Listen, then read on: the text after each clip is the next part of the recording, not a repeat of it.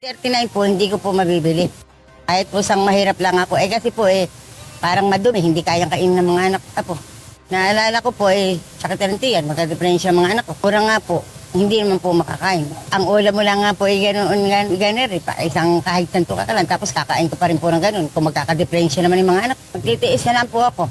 Kahit po pa konti-konti lang ang bili, yung kaya lang pong kainin ng mga anak ko. Yung 39 pang-alaga lang ngayon Aso, pusa lang.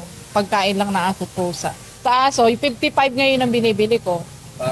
Pang tao naman yun. Kadalasan dito, ang humahalat nga, puro pambili lang ng pagkain ng aso.